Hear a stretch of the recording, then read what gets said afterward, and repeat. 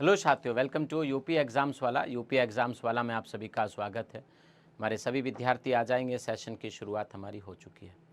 कैसे हैं आप लोग, एक बार ज़रूर बताएंगे, फिर हम लोग अपने सेशन की ओर चलते हैं। आप सब जानते हैं बड़ा इंपॉर्टेंट सा हमारा सेशन होता है रोज़ रात को 9 बजे।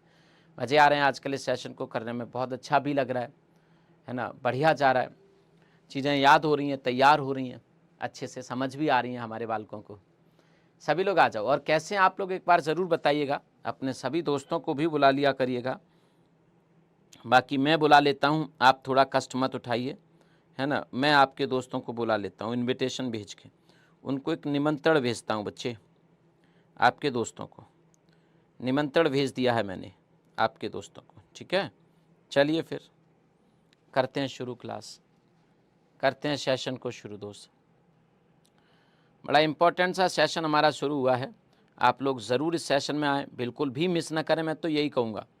लेकिन फिर भी अगर आपके पास समय नहीं है तो फिर उसके लिए तो क्या ही कहूँगा लेकिन समय ज़रूर निकालिए। जल्दी ही डेट का अनाउंसमेंट होने वाला है ना। ये नहीं कह रहा मैं कि इतनी तारीख को पेपर होगा। आजकल बहुत सारे लोग अब तारीखें बताने लगे हैं। कोई कह रहा है 11 जुलाई को पेपर है, कोई कह रहा है 17 जुलाई को पेपर है, कोई कह रहा है 18 जुलाई को पेपर है। हालांकि अभी कोई डेट डिसाइड नहीं हुई है, लेकिन आप लगातार तैयारी करते रहिएगा, है ना। लगातार तैयारी करते रहिएगा। आज नहीं तो कल पेपर होगा, आज नहीं तो कल पेपर बेटा होगा, तो आप तैयारी बस करते रहिएगा। अब भी अगर कोई ये पूछता है कि सर पेपर कब होगा, तो मैं उससे बुद्धू मानता हूँ। फिर भाई तुम तैयारी पूरी करो, तुम ये निश्चिंत करो कि आपका सिलेक्शन होगा। किसी भी तरीके से आपको कोई रोक नहीं सकता, ये निश्चिंत करो ना, सुनिश्चित करो। एक मॉक टेस्ट लगा लो, 130 क्वेश्चन सही कर रहे हो क्या तुम? नहीं कर रहे तो तैयारी नहीं कर रहे हो। अगर 130 125 सही, तो फिर डेट मत पूछिए। डेट पूछने का कोई हक तुम्हें नहीं है, हैं? चलिए करते हैं शुरू, है ना। बढ़िया से एक सेशन की शुरुआत करते हैं। आज का जो है वो चैप्टर है, आप सब जानते हैं, हमारे उत्तर प्रदेश की रिवर को लेकर है ना। रिवर और उत्तर प्रदेश की जो नदियां हैं, नदियां और नहरों को लेकर है। आप सब जानते हैं ना, नदियों और नहरों को लेकर है आज का जो चैप्टर है। आप सब लोग आ जाओ, बढ़िया से इस चैप्टर को हम लोग समझते हैं। चलिए, हाँ 120 कर रहा हूं सर। 120 क्या लगातार हर पेपर में कर रहे हो आप? अगर लगातार लगभग हर पेपर में आ रहे हैं 118 115 125 124, तब ठीक है। इसको और बढ़ाओ 4-5 क्वेश्चन। 4-5 क्वेश्चन बढ़ाने में बहुत मेहनत लगेगी, आई नो, लेकिन बढ़ाइए, 125 तक पहुंचाइए। एवरेज 125, मतलब कभी 120 रह जाएं तो कभी 126 27 तक भी पहुंचिए, कभी 124, कभी 118, कभी 122, ऐसे 120 से 130 की रेंज में पहुंचिए।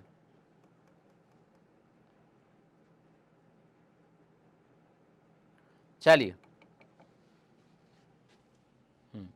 और जो कह रहा है ना कि सर रिकॉर्डेड क्लास है, मैं फिर शराब दे दूंगा उसको शराब दे दूंगा। लिखेंगे उत्तर प्रदेश में, है ना, उत्तर प्रदेश में आप लिखेंगे उत्तर प्रदेश में 3 प्रकार की नदियां। कैसी? 3 प्रकार की नदियां। उत्तर प्रदेश में 3 प्रकार की नदियां पाई जाती हैं, है ना। कितने प्रकार की? 3 प्रकार की नदियां हमारे उत्तर प्रदेश में पाई जाती हैं। कौन कौन तैयार है श्राप के लिए? एक तो मुझे नाम याद हो गया, शशि पांडे, बार बार कह रही थी रिकॉर्डेड है। और भी हैं, है ना। भाई शराब नहीं बोला है, शराब बोला है। मार इतनी ज्यादा खाओगे कि तुम बेहोश हो जाओगे, बिना शराब के नशे में हो जाओगे। चलिए, तो 3 प्रकार की नदियां पाई जाती हैं। जब रिकॉर्डेड होती है मैं बता के ऑलरेडी आप लोगों को जाता हूं, है। आप लोग उसको, उस क्लास को भी पढ़िए, उस क्लास में भी मेरी मेहनत लगी होती है, समझ रहे हो आप लोग, और उस क्लास से भी आपको बहुत कुछ सीखने को मिलता है। चलिए, तो 3 प्रकार की नदियां कौन कौन से सर? 3 प्रकार हैं। एक ऐसी नदियां हैं जिनको हम हिमालयन रिवर कहते हैं। कैसी? हिमालयन नदियां कहते हैं। हिमालयन नदियां कहते हैं, अर्थात ऐसी नदी जो आपके हिमालय से उतर के हमारे उत्तर प्रदेश में प्रवेश करती हैं, हमारे प्रदेश में प्रवेश करती हैं। हिमालयन रिवर जो होती हैं, उनकी खासियत ये होती है कि इन नदियों में साल भर पानी रहता है, वर्ष भर इन नदियों से पानी बहता है, कभी ये नदियां सूखती नहीं हैं। ज़्यादातर हिमालयन नदियां वर्ष भर पानी का प्रवाह रखती हैं, कभी ये नहीं सूखती। इसलिए इन ज़्यादातर नदियों को भाई साहब जीवनदायिनी कहा जाता है हमारे प्रदेश में या उत्तर भारत में, कि ये लोगों को जीवन देती हैं।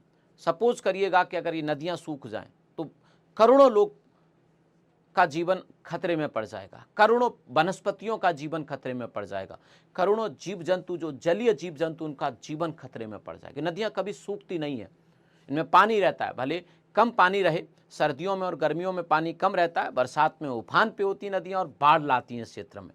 तो ये नदियाँ 12 मासी नदियाँ भी इनको कहा जाता है। कई बार ऐसे भी सवाल पूछता है कि 12 मासी नदियाँ इनमें से किसको कहा जाता है, निम्नलिखित में से कौन सी नदी 12 मासी? इसका मतलब है जो वर्ष भर पानी का प्रभाव रहता है जिस नदी में, उसको 12 मासी नदी हमारे प्रदेश में कहा जाता है। तो आप इसको लिखिएगा कि आपका क्या हो जाता है कि हिमालयन नदियां अर्थात हिमालयन रिवर, जैसे उदाहरण के तौर पर अगर हम लोग बात करेंगे तो उदाहरण है हिमालयन नदियों का, जैसे यमुना है हिमालयन नदी है, जैसे गंगा है बेटा हिमालयन नदी है ना, जैसे शारदा है क्या है हिमालयन नदी है, जैसे घाघरा है हिमालयन नदी है ना, जैसे राप्ती है हिमालयन नदी है ना, जैसे गंडक है ना, ये सब हिमालयन रिवर है हमारे प्रदेश में।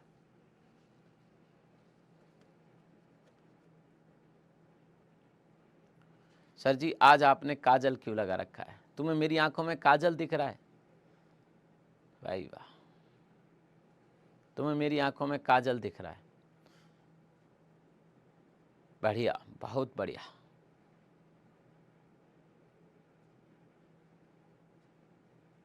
बहुत बढ़िया। चलो दूसरी नदियां हैं जिनको मैदानी रिवर कहते हैं, है ना, मैदानी रिवर अर्थात ऐसी नदियां जो गंगा और यमुना के मैदान से ही निकली हैं, किसी झील से, किसी तालाब से। आमतौर पर ये नदियां वर्ष भर पानी का बहाव नहीं रख पाती हैं, पूरे साल इनमें पानी नहीं बहता है, कुछ ही महीने या खास तौर पे बरसात के समय नदियों में खूब पानी होता है, उसके बाद धीरे धीरे नदियां सूखने लग जाती हैं। मैदानी नदियों में अगर हम लोग बात करें तो कुछ छोटी छोटी नदियां हैं, जैसे गोमती है, गोमती मैदानी नदियों में सबसे बड़ी नदी मानी जाती है ना, जैसे सई है, जैसे आपकी तमसा है ना, जैसे आपकी वरुणा है, ये सब नदी मैदानी नदियां मानी जाती हैं कि मैदानी इलाकों से निकलती हैं और किसी न किसी नदी में जाके मिल जाती हैं। इसको लिख लीजिए, हाँ लिख लीजिए। सर अच्छा कमेंट नहीं पढ़ते हैं, बस ऐसा वैसा पढ़ लेते हैं। अच्छा पढ़ता नहीं हूँ मैं, जब सब लोग good morning, good evening, good afternoon करते हैं तो पढ़ता हूँ ना तुम्हारी कमेंट्स।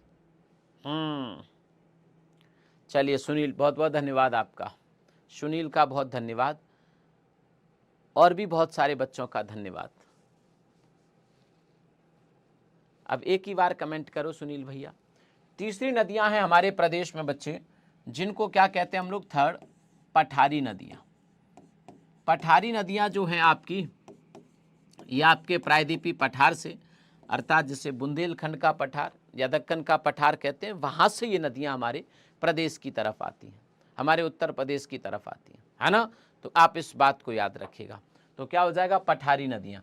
पठारी नदियों की अगर हम लोग बात करें तो इनमें एग्जाम्पल उदाहरण के तौर पर जैसे आप लोग देखोगे बेतवा है ना, क्या है बेतवा है, जैसे आप देखोगे केन है।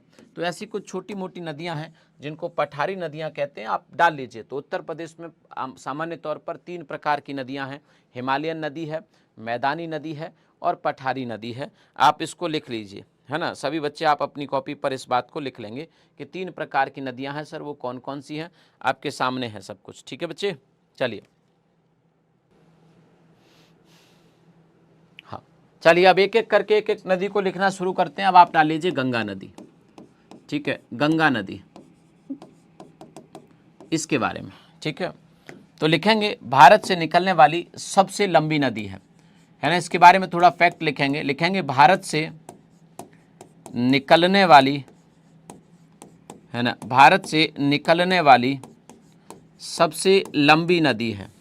कैसी है बेटा, सबसे लंबी। यहाँ से सवाल फंसेंगे बहुत सारे।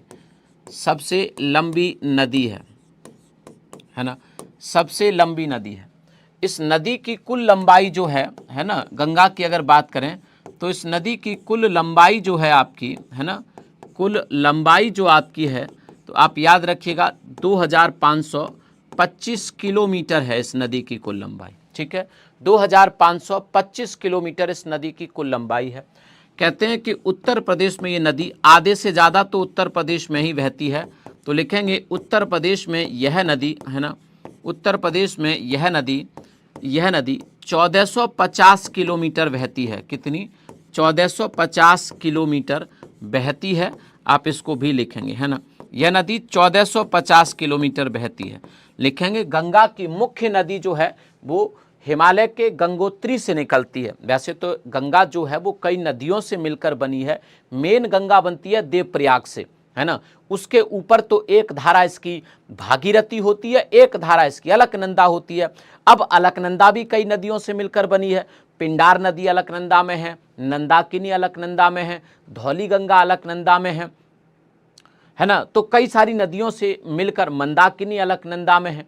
तो कई सारी नदियां अलकनंदा में मिलती हैं, फिर अलकनंदा आके भागीरथी में मिलती है और देवप्रयाग से इस नदी का नाम गंगा हो जाता है। तो आप लिखेंगे गंगा, है ना, लिखेंगे गंगा की मुख्य धारा, है ना, गंगा की मुख्य धारा का उद्गम, मुख्य धारा का उद्गम उत्तराखंड राज्य के, ध्यान से लिखेंगे एक एक चीज, उत्तराखंड राज्य के, है ना, उत्तराखंड राज्य के उत्तरकाशी जिले में, उत्तरकाशी जिले में, है ना, उत्तरकाशी जिले में गंगोत्री से होता है। कहाँ से होता है? गंगोत्री, गंगोत्री से होता है, जो कि 4 धाम में से एक है ना, जो कि उत्तराखंड के 4 धाम में से एक है। लिख लीजिए गंगोत्री बेटा क्या है? उत्तराखंड के 4 धाम में से बेटा एक है। आप लोग लिख लीजिएगा फटाफट से, है ना। लिखेंगे गंगा का नाम, लिखेंगे गंगा का निर्माण, गंगा का निर्माण, है ना, गंगा का निर्माण देवप्रयाग में, देवप्रयाग में भागीरथी और अलकनंदा के मिलने से होता है ना, भागीरथी प्लस अलकनंदा, है ना, अलकनंदा के मिलने से होता है ना, अलकनंदा के मिलने से होता है। लिख लीजिए गंगा का निर्माण देवप्रयाग में भागीरथी प्लस अलकनंदा के मिलने से होता है। लिख लीजिए।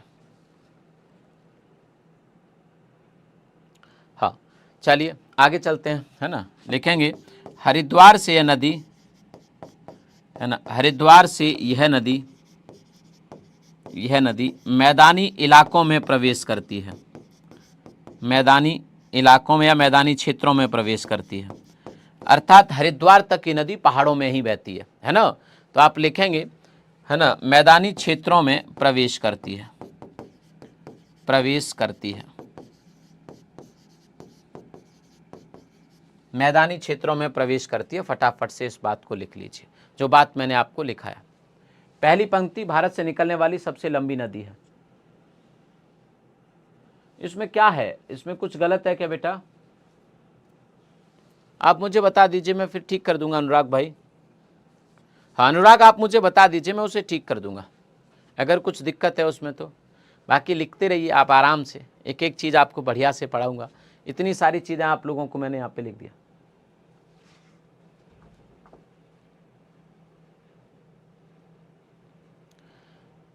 भारत की सबसे लंबी लिख दो। अच्छा ठीक है, चलो ठीक है, भारत की सबसे लंबी लिख लो फिर, ठीक है। क्योंकि कई बार कन्फ्यूजन हो जाता है कुछ बच्चों को, कुछ बच्चे फिर ब्रह्मपुत्र कह देते हैं कि सर भारत में तो ब्रह्मपुत्र भी बहती है, और गंगा और ब्रह्मपुत्र का कंपैरिजन करोगे तो ब्रह्मपुत्र ज़्यादा लंबी है ना। तो बच्चे कन्फ्यूज़ हो जाते हैं। तो इसीलिए मैंने लिखा है भारत से निकलने वाली नदियों में, ना कि भारत में बहने वाली नदियों में। भारत में जो नदियाँ बह रही हैं उनमें तो ब्रह्मपुत्र लंबी है, लेकिन भारत से जिन नदियों का उद्गम होता है उनमें गंगा सबसे लंबी है, ठीक है। तो इसीलिए मैंने इसको यहाँ भारत से निकलने वाली नदियों में बोला है, ठीक है। आप समझ गए क्यों ऐसा लिखा है मैंने?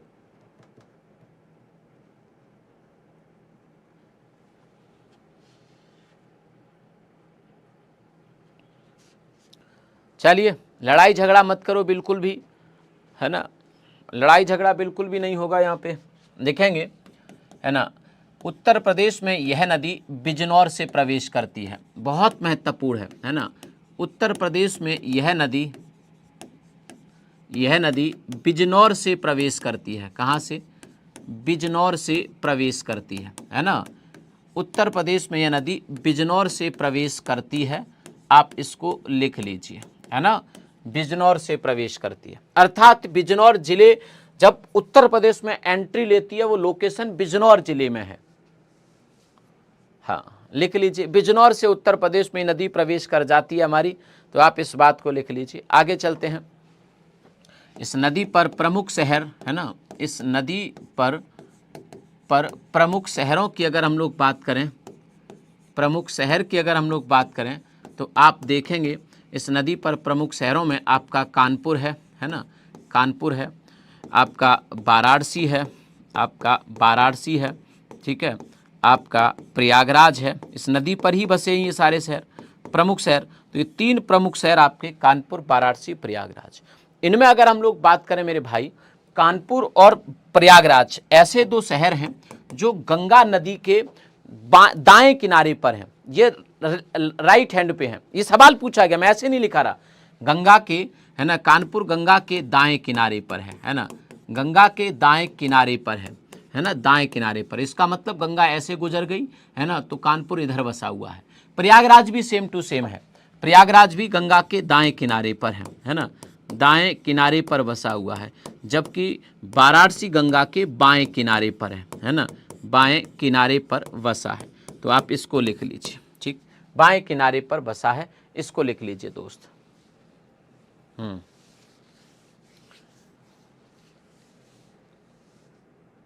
चलिए, यहां तक बात को आपने लिख लिया, बहुत बढ़िया, शाबाश।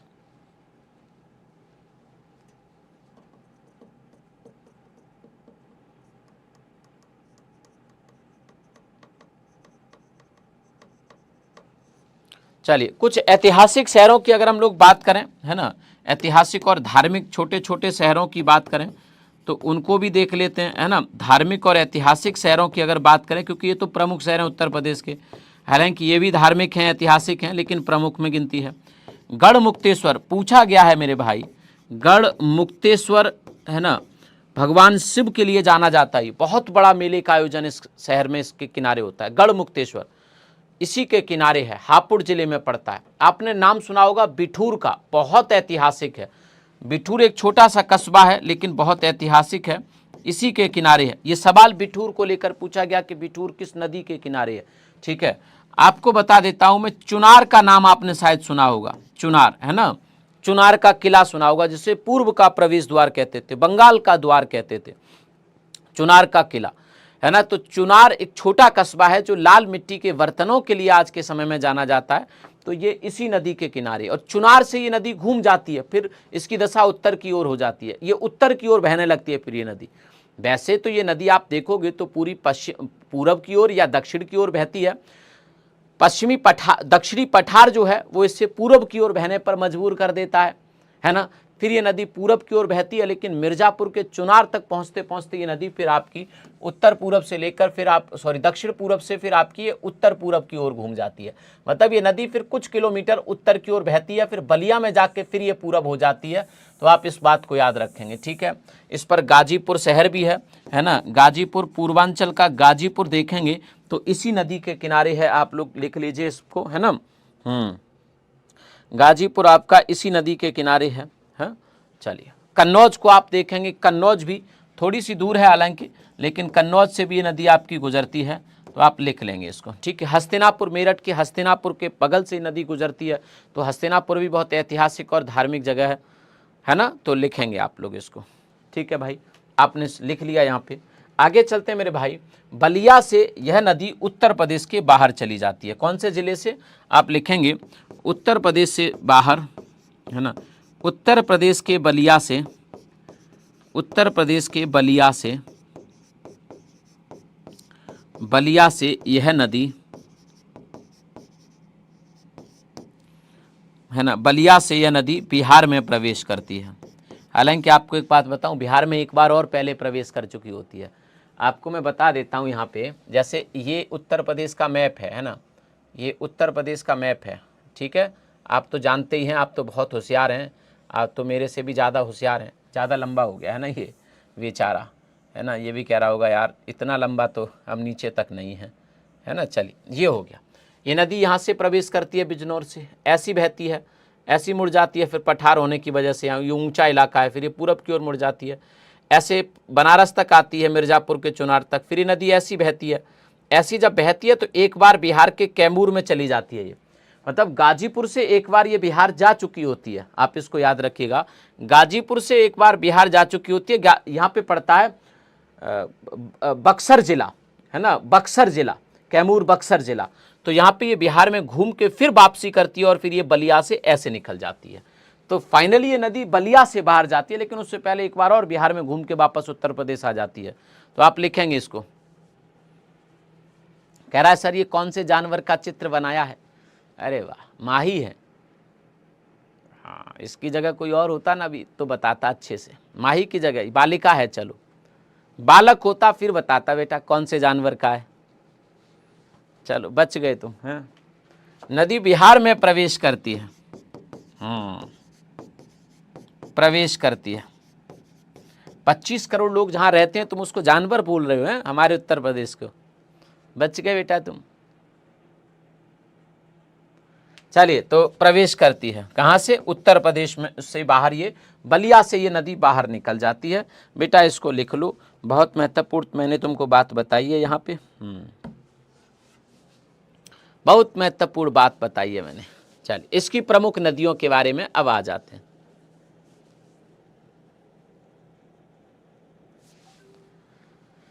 शिवांशु कह रहा है जेंडर वाला भेदभाव हो रहा है। हाँ, तो वो तो पहले से ही तुम लोग करते हो ना, इसीलिए तो फिर करना पड़ रहा है। इसीलिए बालिकाओं को थोड़ा संरक्षण देना पड़ता है ना, क्योंकि बालिकाओं के साथ ऑलरेडी भेदभाव होता है, तो इसीलिए बालिकाओं को थोड़ा संरक्षण देना पड़ता है ना। भारत के संविधान का आर्टिकल 15 का 3 कहता है कि राज्य महिलाओं और बच्चों के लिए स्पेशल प्रोविज़न कर सकता है भाई, है ना, महिलाओं और बच्चों के लिए स्पेशल प्रोविज़न।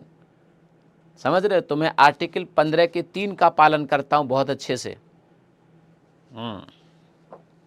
तुम बोल के दिखाओ। चलो नोट कर लो जल्दी से।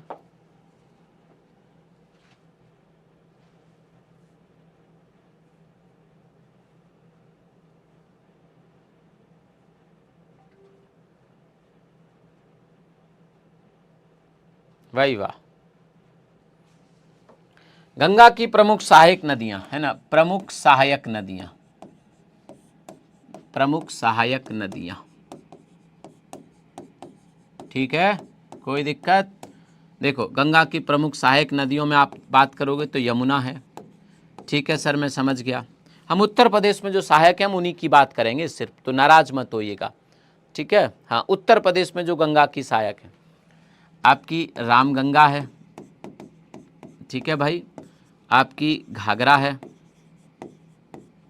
ठीक है। वैसे तो घाघरा उत्तर प्रदेश में नहीं मिलती, उत्तर प्रदेश को पार करके गंगा में मिलती है ना। तो ये 3 प्रमुख नदियां हैं, यमुना, रामगंगा, घाघरा, और गोमती भी है। गोमती गाजीपुर में मिलती है गंगा से, गोमती। तो ये 4 प्रमुख नदियां जो गंगा की सहायक नदी उत्तर प्रदेश में है।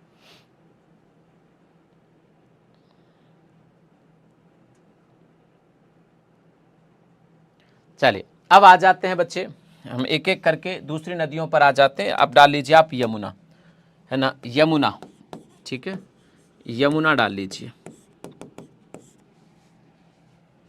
चलो डालो जल्दी से, फटाफट से, ठीक है, फटाफट से डालेंगे। लिखेंगे यह नदी भारत की सबसे लंबी सहायक नदी है ना। इतनी लंबी कोई भी सहायक नदी नहीं है भारत में जितनी यमुना है। तो यह नदी भारत की सबसे लंबी, है ना, सबसे लंबी सहायक नदी है, सहायक रिवर है ना, हेल्पिंग रिवर, सहायक नदी है। इस नदी की कुल लंबाई 1384 किलोमीटर है। कितनी है? भारत की सबसे लंबी सहायक नदी है, कुल लंबाई, है ना, कुल लंबाई 1384 किलोमीटर है। अगर अब आपसे पूछे कि गंगा की सबसे लंबी सहायक नदी कौन है, अरे सिंपल सी बात है, गंगा की छोड़ दीजिए, भारत में जितनी नदियां हैं उन सब नदियों की सहायक नदियों में सबसे लंबी है, तो ऑब्वियस बात है कि गंगा की सबसे लंबी सहायक नदी भी फिर यमुना ही होगी, है ना। तो आप इसको भी याद रखिएगा कि यह गंगा की सबसे लंबी सहायक नदी यमुना है, और भारत में सबसे किसी भी नदी की सबसे लंबी सहायक नदी भी यमुना है। यमुना की कुल लंबाई 1384 किलोमीटर है ना। आप लोग इस बात को सभी बच्चे, हमारे विद्यार्थी हमारे याद रखेंगे, इसमें कोई दिक्कत किसी को हो तो आप मुझे बता दीजिए। लिखेंगे यह नदी हिमालय से, यह नदी उत्तराखंड राज्य के, है ना, यह नदी उत्तराखंड राज्य के, यह नदी उत्तराखंड राज्य के उत्तरकाशी, जहां से जिस जिले से गंगा निकलती है, भागीरथी निकलती है, उसी जिले से आपकी यमुना भी निकलती है ना। उत्तरकाशी जिले के यमुनोत्री, है ना, बंदरपूछ, उस जगह का नाम है बंदरपूछ, है ना, के यमुनोत्री से, है ना, जहाँ से निकलती है उस जगह को यमुनोत्री कहते हैं। यमुनोत्री से निकलती है, लगभग 4500 मीटर की ऊंचाई से नदी निकली हुई है ना, यमुनोत्री से निकलती है। अब देखो, गंगा से अधिक ऊंचाई से निकली है ये नदी, लेकिन फिर भी इस नदी में अगर आप देखोगे तो गंगा के मुकाबले पानी काफ़ी कम है। ये भी हिमालय की उसी ऊंचाई से आ रही है, हालांकि गंगा कम ऊंचाई से निकली है, मतलब जहाँ से गंगा निकलती है वहाँ कम बर्फ़, ग्लेशियर तो बड़े बड़े हैं यहाँ पे हालांकि, लेकिन ये अधिक ऊंचाई से निकलती है। वहीं से निकली है जहाँ से गंगा निकली है, थोड़ी सी दूरी से, एक ही जिले से, उत्तरकाशी से। लेकिन यमुना में फिर भी पानी कम रहता है काफ़ी। आप देख लीजिए, गंगा में बहाव बहुत ज़्यादा है, फ्लो काफ़ी पानी रहता है, गर्मियों में भी रहता है, और यमुना तो सूख जाती है। इसके पीछे का कारण है कि गंगा कोई एक नदी नहीं है। मैंने बताया, धौली गंगा इसमें है, मंदाकिनी इसमें है, नंदाकिनी इसमें है, पिंडार नदी इसमें है, अलकनंदा इसमें है, भागीरथी इसमें, कितनी सारी नदियाँ हैं जो इस नदी में मिलती हैं। इसमें 2-3 छोटी मोटी नदियां हैं, जैसे तमसा, एक छोटी टॉन्स रिवर जैसे कहते हैं, उत्तराखंड में बहती है, थोड़ी दूरी की, वो मिलती है बस, जो हिमालय से निकली है। एक हिंडन मिल जाती है जो सहारनपुर की ऊपरी शिवालिक से निकली है, हालांकि हिंडन भी हिमालय से ही निकली है, लेकिन हिमालय के बहुत निचले हिस्से से, जहाँ बर्फ़ नहीं होती। तो ये 2 छोटी मोटी, एक और नदी है जो हिमाचल से छोटी सी नदी निकल के यमुना में मिलती है। तो 2-3 छोटी नदियाँ, बहुत छोटी नदियाँ इसमें मिलती हैं, मतलब हिमालय से बड़ा स्रोत नहीं मिलता पानी का इसको, है ना, बहुत बड़ा सोर्स नहीं है, जबकि गंगा के पास बहुत बड़ा सोर्स है। पूर्वी उत्तराखंड के ऊपर जितने भी ग्लेशियर हैं और पश्चिमी ग्लेशियर जितने भी उत्तराखंड के 300-400 किलोमीटर, उन सब ग्लेशियर का पानी गंगा में आता है। 7 से 8 नदियों से बनी है गंगा, है ना, इसलिए गंगा में पानी की मात्रा ज़्यादा है, जबकि निकली वहीं से है ये, है ना। तो आप इसको समझिएगा। तो यह नदी उत्तराखंड राज्य के उत्तरकाशी जिले के बंदरपूछ के यमुनोत्री से निकलती है, आप लोग इस बात को याद रखिएगा। उसके बाद ये नदी उत्तराखंड में बहती हुई सहारनपुर से, एक जगह है आपकी सहारनपुर में जिसको फैजाबाद के नाम से जानते हैं, ये नदी उत्तराखंड में भी बहती है। जैसे गंगा की अगर हम लोग बात करेंगे भाई साहब, है ना, तो गंगा नदी आपकी उत्तराखंड में बहती है, फिर आपके यूपी में बहती है, फिर आपके बिहार में बहती है, फिर आपके पश्चिम बंगाल में, इन 4 राज्यों में, भारत के इन 4 राज्यों में बहती है।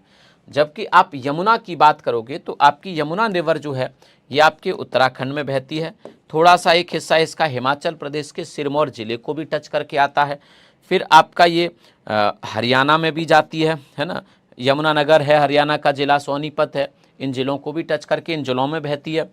उत्तर प्रदेश में ये नदी बहती है ना, तो ये भी आपके इन 4 ज़िलों में ही ये नदी बहती है ना। यमुना भी 4 ज़िलों में बहती है, लेकिन बाकी राज्यों में इसका बहुत कम हिस्सा है। उत्तर प्रदेश में लगभग 1000 किलोमीटर बहती है ना।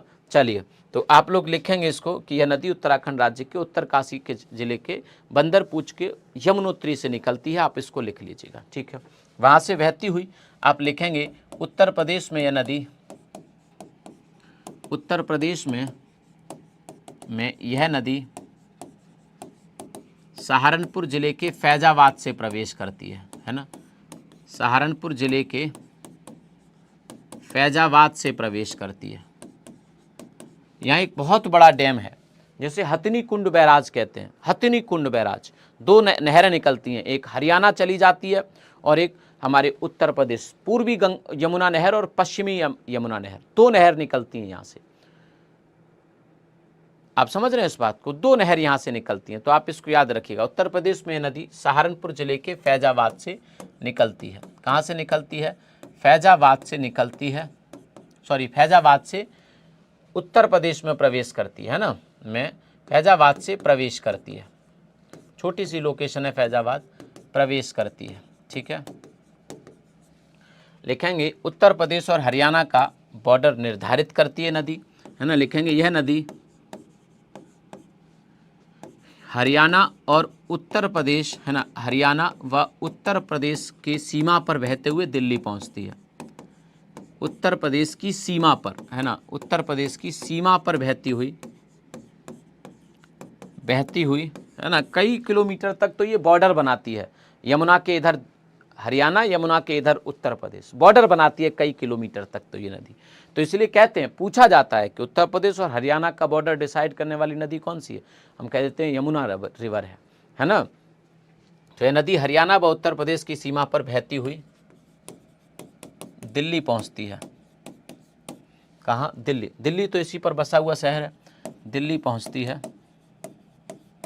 ना, लिख लीजिएगा, दिल्ली पहुंचती है।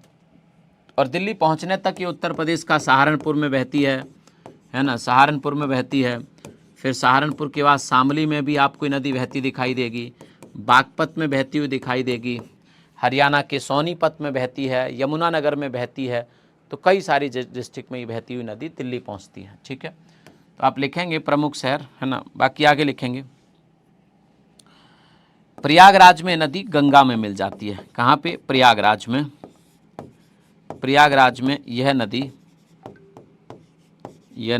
दाईं ओर से, किधर से? दाईं ओर से, है ना, यह नदी दाईं ओर से गंगा में मिल जाती है। गंगा की सबसे बड़ी सहायक नदी है, गंगा में मिल जाती है। ठीक है, प्रमुख शहर लिखेंगे इस नदी पर। प्रमुख शहर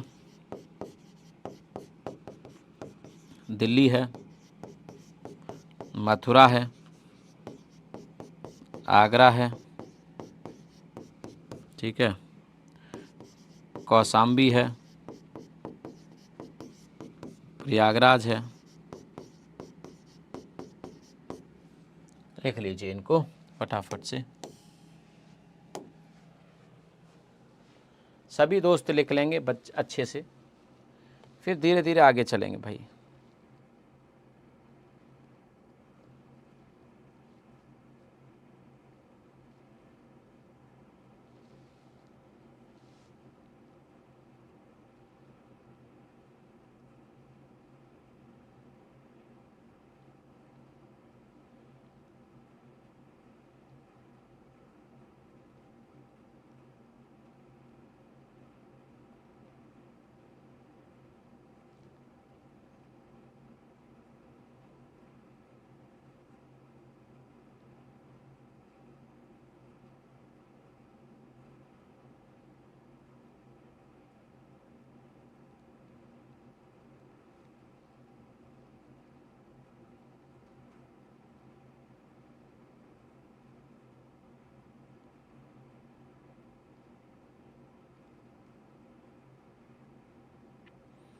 चलिए,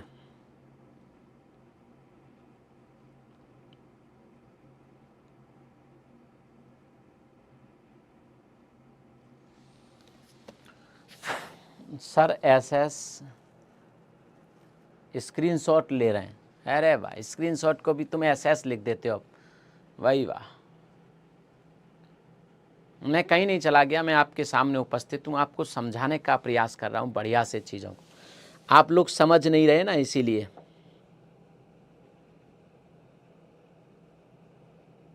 इमरान अंसारी साहब, पढ़ाई कर लो साहब, नहीं तो दूसरों की शादी में ही जाते रहोगे, अपनी में किसी को भुला नहीं पाओगे। सच बता रहा हूँ, मजाक नहीं कर रहा हूँ।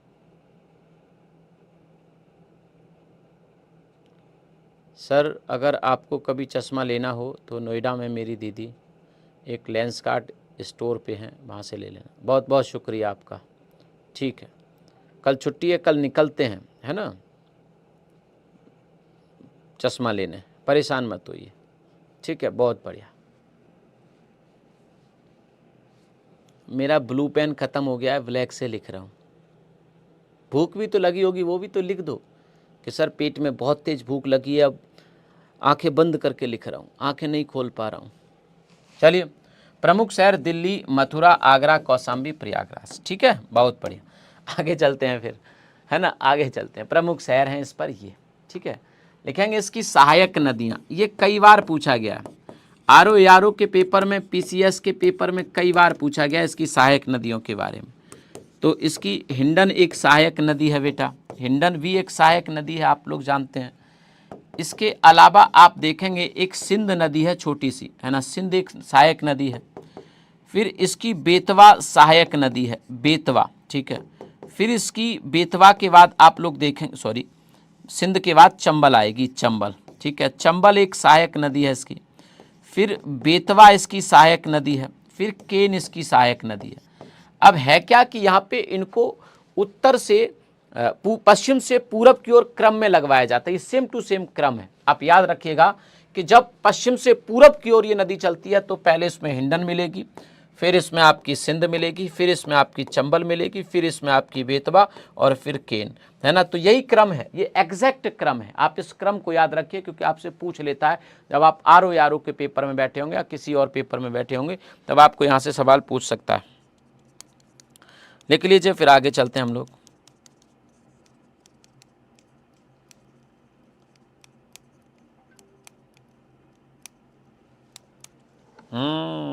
चलिए, है ना, आपका कालपी एक छोटा सा कस्बा है, बीरबल के जन्म के लिए यही जाना जाता है। कालपी भी इसी के किनारे है।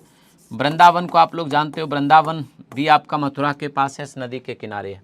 ठीक है, लिख लीजिए बच्चे, हाँ लिख लीजिए, लिख लीजिए, लिख लीजिए। आगे चलते हैं। अब आगे डालेंगे आप एक बार हिंडन, है ना, हिंडन लिखेंगे। हिंडन सहारनपुर के, है ना, सहारनपुर के ऊपरी शिवालिक से निकलती है, ऊपरी शिवालिक से निकलती है, शिवालिक से निकलती है। ठीक है, ऊपरी शिवालिक से निकलती है। नोएडा में, है ना, नोएडा में यह नदी यमुना में मिल जाती है। कहाँ पे? नोएडा के पास, है ना, यह नदी यमुना में मिल जाती है, यह नदी यमुना में मिल जाती है। सहायक नदी किसकी है? ये आपकी यमुना की। 400 किलोमीटर लगभग लंबाई है। प्रमुख शहरों की अगर बात करेंगे तो प्रमुख शहर इस पर हैं आपके। प्रमुख शहर तो खैर बहुत बड़े नहीं हैं, लेकिन जैसे गाजियाबाद इसी नदी के किनारे है। इसी नदी के गाजियाबाद के एयरपोर्ट का नाम भी हिंडन एयरपोर्ट है, आप लोग शायद जानते होंगे। तो गाजियाबाद है बेटा। नोएडा भी इसी नदी के किनारे है ना। ग्रेटर नोएडा से भी ये नदी आपकी गुजरती है ना, ग्रेटर नोएडा। आलमगीरपुर जो आपका है वो भी यहीं से गुजरता है, थोड़ी दूर से, है ना। तो आलमगीरपुर लिख लेंगे आप लोग सभी बच्चे, फटाफट से लिखिए, है ना, जल्दी से।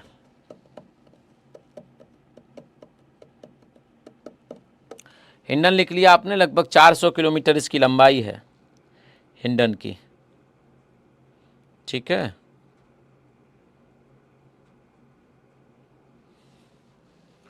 चार 400 किलोमीटर लंबाई है। अरे वाह, तुम लोग बड़ा होशियार होते जा रहे हो। आगे लिखेंगे बेटा रामगंगा, बहुत प्रसिद्ध नदी है रामगंगा। रामगंगा उत्तराखंड के पौड़ी गढ़वाल से के दूधा तोली पर्वत चोटी से निकलती है ना। तो रामगंगा कहाँ से निकलती? Done sir, 400 kilometre. ओके, हाँ बिल्कुल, बहुत बढ़िया। ठीक है, चलिए लिखेंगे यह, है ना, यह पौड़ी गढ़वाल के, उत्तराखंड में ही है पौड़ी गढ़वाल। ठीक है, पौड़ी गढ़वाल के दूधा तोली से निकलती है। कहाँ से? दूधा तोली से, है ना, दूधा तोली से निकलती है। ठीक है, दूधा तोली से निकलती है। ठीक है बेटा, लिख लीजिए। लिखेंगे यह जिम कॉर्बेट नेशनल पार्क, इसीलिए अब इस नेशनल पार्क का नाम रामगंगा नेशनल पार्क कर दिया। है बिल्कुल बीचों बीच से बहती है है ना, यह जिम कॉर्बेट नेशनल पार्क या राष्ट्रीय पार्क के बीच से बहती है ना, बीच से बहती है। ठीक है सर, लिख लिया।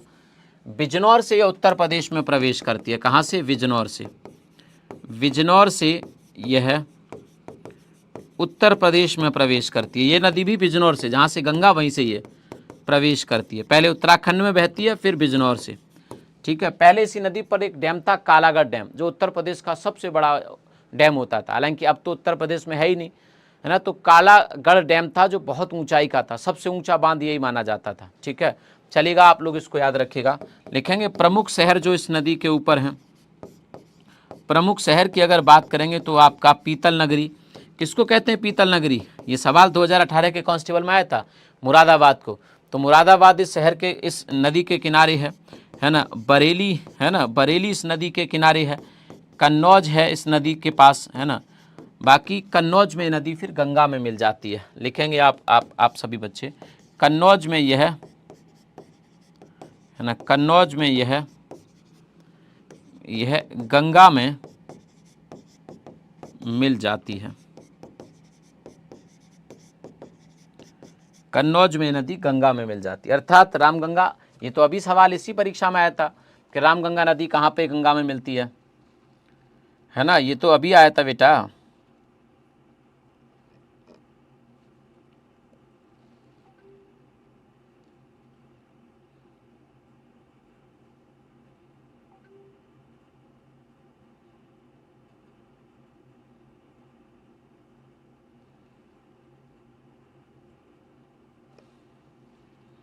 चलिए,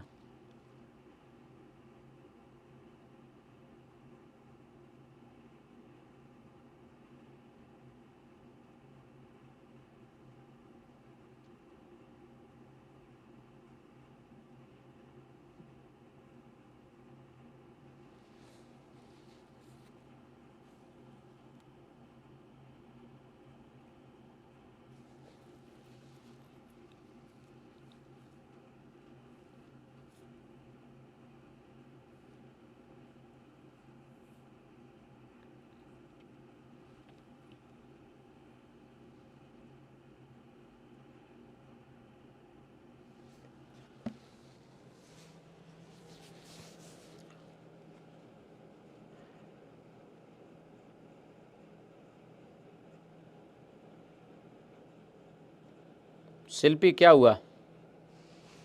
कौन है तुम्हारे फूफा जी? भी इस क्लास में पढ़ते हैं क्या? भाई वाह। रिंकू सर, आईपीसी की धारा 144 क्या है? आप बता दीजिए। पढ़ाई कर लो पहले, धारा 144 भी बता देंगे। तुम्हारे मन में ऐसा कोई ख्याल आता है तो बेटा तुम एक बार सर्च करके पढ़ लिया करो ना। ये चीज़ें तो बहुत सामान्य, सब कुछ मिलता है। आईपीसी की धारा 144, तुम ख्याल लेके बैठे रहते हो, सर से पूछेंगे। हाँ जी, चलिए। तो कन्नौज में नदी गंगा में मिल जाती है। आगे लिखेंगे अब शारदा नदी। शारदा नदी बहुत प्रमुख नदी है, बड़ा इंपॉर्टेंट नदी है शारदा नदी। लिख लीजिए, है ना, लिख लीजिए। लिखेंगे यह नदी, है ना, यह नदी कुमाऊं हिमालय से निकलती है। कुमाऊं हिमालय से, है ना, नेपाल के कुमाऊं हिमालय से निकलती है। ठीक है, ओके। इस नदी को काली, है ना, काली व गौरी गंगा नाम से भी इसको जाना जाता है ना। गौरी गंगा नाम से भी जाना जाता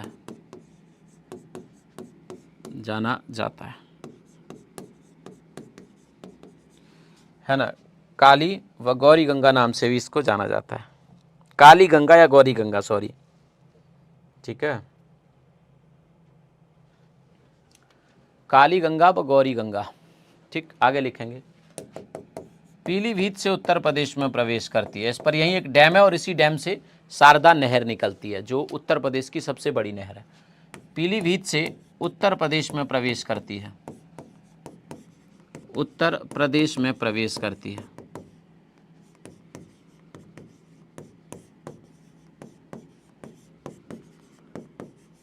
पीलीभीत से उत्तर प्रदेश में प्रवेश करती है?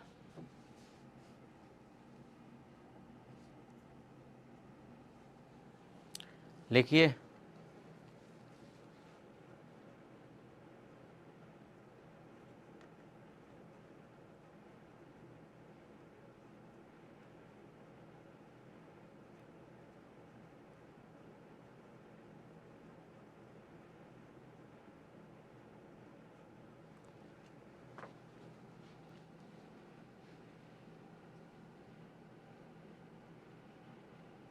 मैं आज ही पीलीभीत से आया हूँ। वही वाह।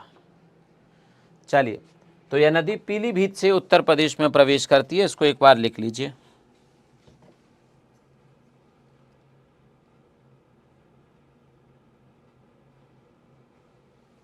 लिखेंगे ब्रह्मदेव नामक स्थान पर, है ना, ब्रह्मदेव नामक स्थान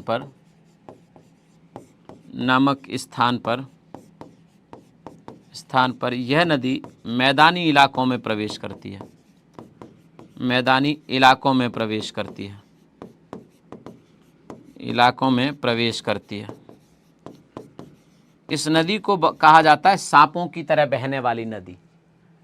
इस नदी को सांपों की तरह टेढ़े मेढ़े रास्तों पर बहने वाली नदी कहा जाता है, क्योंकि इसके जो रास्ते हैं बड़ा टेढ़े मेढ़े हैं। तो सांपों की तरह बहने वाली नदी भी इसको कहा जाता है। आप लोग इसको याद रखेंगे।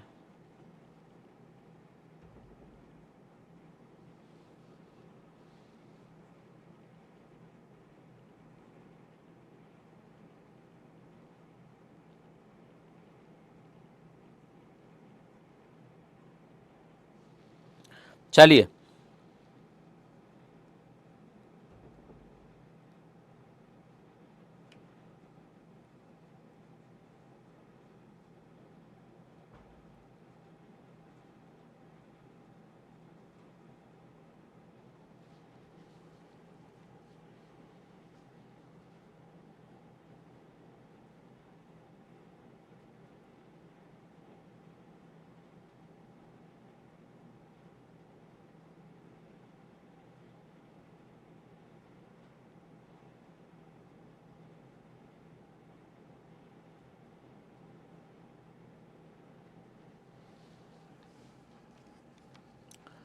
हाँ, यह नागिन डांस करती है। हाँ, नागिन डांस करती है, आप लोग इसको याद रखेंगे।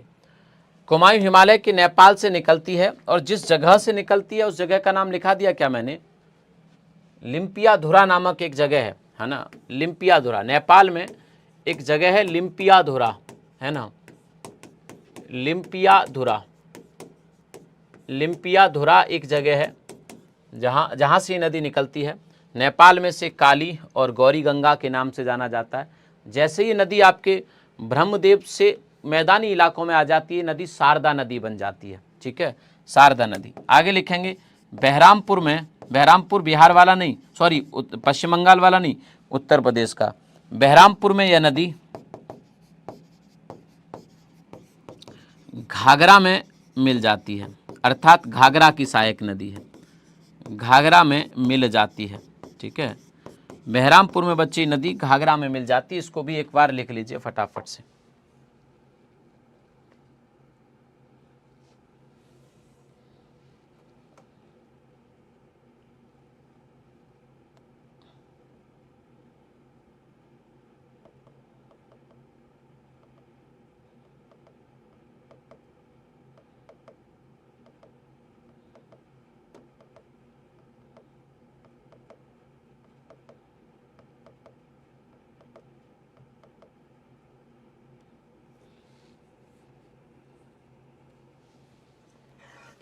चलिए, हाँ, इस नदी के बारे में कहा जाता है कि जल विद्युत क्षमता के लिहाज से ये बहुत बढ़िया नदी है। इससे बिजली का उत्पादन बहुत अच्छे से किया जा सकता है। नेपाल इस पर करता भी है। इस नदी की 2-3 शाखाएं, एक शाखा उत्तराखंड से भी आती है और एक शाखा आपकी चिमुनिया, एक इसकी सहायक नदी है जो नेपाल से निकलती है। इसकी मुख्य धारा भी नेपाल से लिम्पियाधुरा नामक जगह से निकलती है। चलिए आगे चलते हैं, और इसके बाद अब शारदा नदी के बाद आप डाल लीजिए घाघरा नदी, है ना। चलिए, घाघरा नदी आप सब बच्चे डालेंगे यहाँ पे। घाघरा नदी, घाघरा नदी भी आपके तिब्बत वाले इलाके से मापचाचुंग नामक एक जगह है, वहाँ से निकलती है ना। तो आप इसको भी याद रखेंगे कि जो घाघरा है आपकी वो मापचाचुंग से निकलती है। अगर आपसे पूछे सर शारदा की लंबाई कितनी है, तो 350 किलोमीटर इसकी लंबाई है ना, 350 किलोमीटर इसकी लंबाई है शारदा की। घाघरा के बारे में आ जाइए सभी बच्चे, घाघरा के बारे में लिख लेते हैं। बस करिए, अब बस क्यों करूं भाई, लिखेंगे यह नदी तिब्बत के, है ना, लिखेंगे यह नदी तिब्बत के मापचाचुंग से निकलती है ना, तिब्बत के मापचाचुंग से निकलती है, फिर उसके बाद ये नेपाल में बहती है और उत्तर प्रदेश में फिर प्रवेश कर जाती है। ठीक है, लिख लीजिए फटाफट से।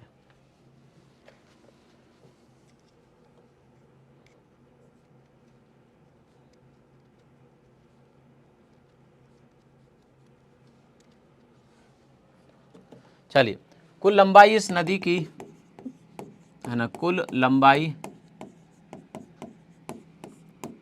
1080 किलोमीटर बताई जाती है। जल क्षमता में काफ़ी बड़ी नदी बताई जाती है कि इसमें पानी बहुत होता है ना। खीरी व बहराइच के बॉर्डर से उत्तर प्रदेश में प्रवेश करती है। खीरी व बहराइच से उत्तर प्रदेश में प्रवेश करती है, उत्तर प्रदेश में प्रवेश करती है। ठीक है, अयोध्या में इसे सरयू कहा जाता है, इसी को सरयू कहते हैं। ठीक है, अयोध्या में इसे सरयू कहा जाता है। ठीक है, बलिया से उत्तर प्रदेश से बाहर निकल जाती है ना,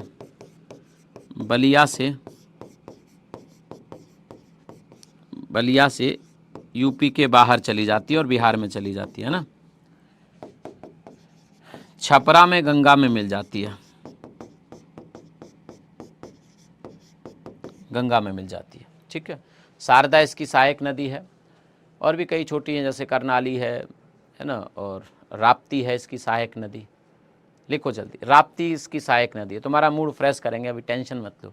कुछ भी, किसी का भी मूड खराब हो जा रहा है, हैं? पढ़ाई वढ़ाई तुम लोग कुछ करते नहीं हो, मूड खराब तुम्हारा पहले हो जाता है। क्लास को सभी लोग पसंद कर देंगे, सभी बच्चे पसंद कर देंगे भाई।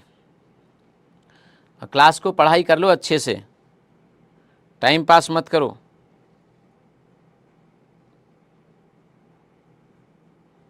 एक शॉर्ट मैंने डाला है, उस शॉर्ट को ज़रूर देख लेना, बड़ा इंपॉर्टेंट शॉर्ट है।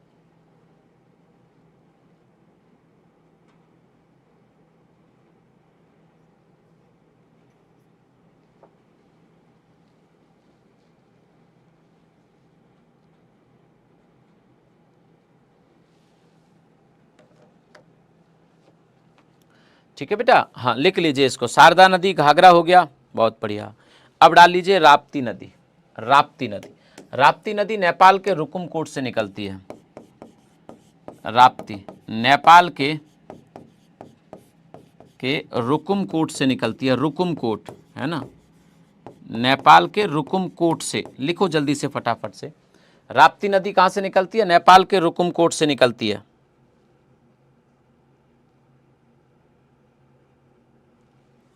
ठीक है, हाँ, रुकुमकोट से। ठीक है, रोहिणी इसकी प्रमुख सहायक नदी है, रोहिणी इसकी प्रमुख सहायक नदी है। गोंडा, गोरखपुर, देवरिया जैसे जिलों में बहती है, प्रमुख सहायक नदी है ना। गोरखपुर इस नदी के किनारे है, गोरखपुर इसके किनारे है। ठीक है, देवरिया में बरहज नामक स्थान पर, लिखेंगे देवरिया में एक जगह है बरहज, बरहज नामक स्थान पर घाघरा में मिल जाती है, स्थान पर घाघरा में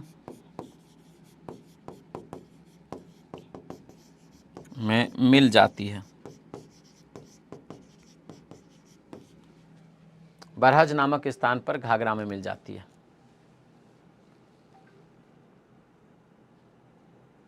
नहीं सुधरोगे।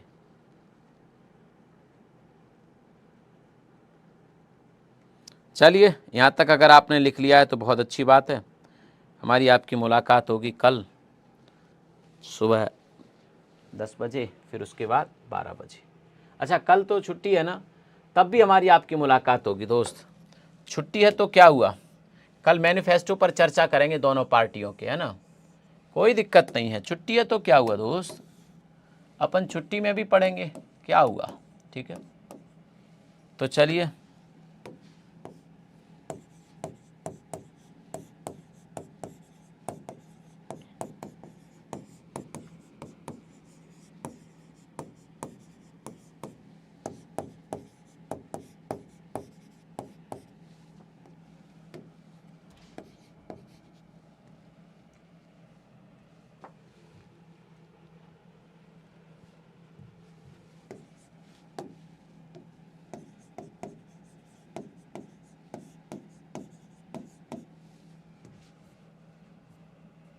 बहुत बढ़िया से नोट्स बना के मैंने दिए हैं, ये पीडीएफ आपको मिल जाएगी सप्रीम बढ़िया से, तो पढ़ाई ज़रूर करिएगा इस पीडीएफ से एक बार। बाकी गंगा मैंने करा दी, यमुना मैंने करा दी, हिंडन मैंने करा दी, ठीक है, रामगंगा के बारे में करा दिया, शारदा के बारे में करा दिया, घाघरा के बारे में करा दिया, राप्ती के बारे में करा दिया। ये प्रमुख वो सब नदियां हैं जो आपकी हिमालय से निकलती हैं। ज़्यादातर नदियों को हमने कर ही लिया है। सभी बच्चे क्लास को ज़रूर पसंद करेंगे। कल हमारी मुलाकात होगी, अच्छे से जुड़े रहिए आप हमारे साथ, प्यार से अच्छे से एक एक चीज़ों को समझते हुए आगे चलेंगे। बहुत बहुत शुक्रिया आप सभी का, थैंक यू। जय हिंद, जय भारत।